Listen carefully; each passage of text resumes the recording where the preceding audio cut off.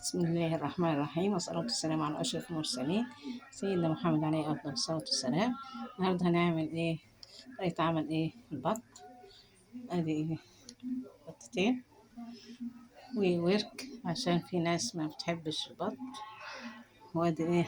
هنفرم البصل والطماطم ونحط لهم ورق لورا وفصين مستكة وحبهان وبهارات لحم.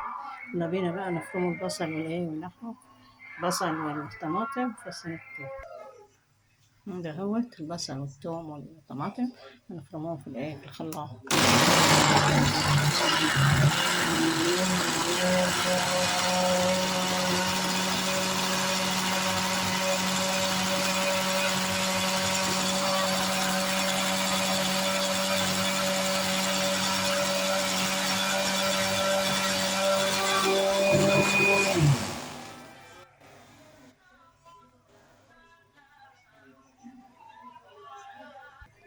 بس أنا هحط الإيه ورق اللورا الأخضر والروزماري، ورق اللحمة إيه يتفرموا عشان يبقوا إيه كله ناعم. المستيك طبعا متنسوش الفلفل الأسود. حطيت اهوت ورق اللوري الأخضر والإيه والمستيكة والحبهان والروزماري مع الإيه البصل والطماطم والثوم كله إيه يتفرم ناعم كله مع بعض. خلاص عشان تبقى الشوربة إيه مفيهاش حاجات يعني شوائب وكده. تمام.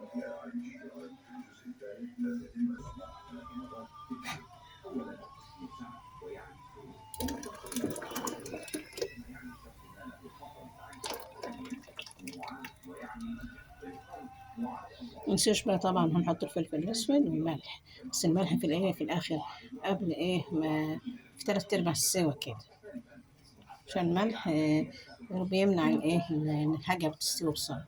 منسيش برضو إيه معلقة إيه السكر بيساعد على إيه السوا الآخر. تمام. والفلفل الأسود هنحطه إيه الفلفل الأسود الآخر،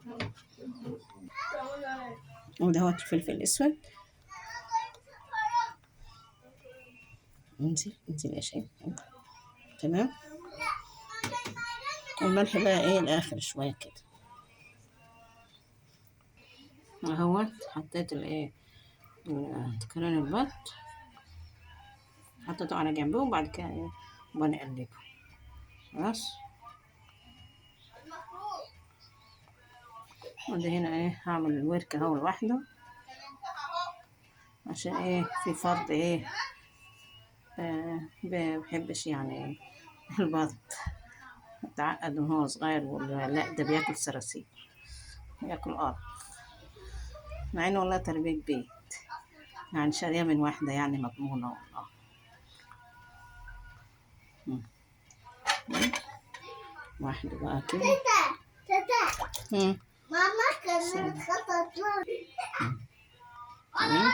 سيبهم بقى ايه يغلوا غلوة التانية واقلبهم يستووا كده براحتهم.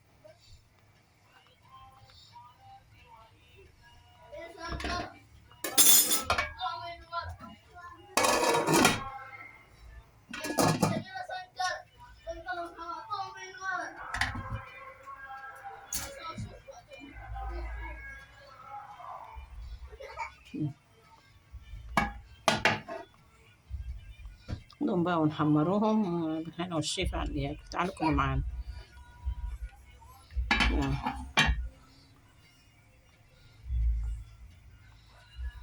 لكم منا أجمل المنى، أرق التهاني والأمان. مع ألف سلامة. باي باي. ورقة اللوري. ورقة اللوري.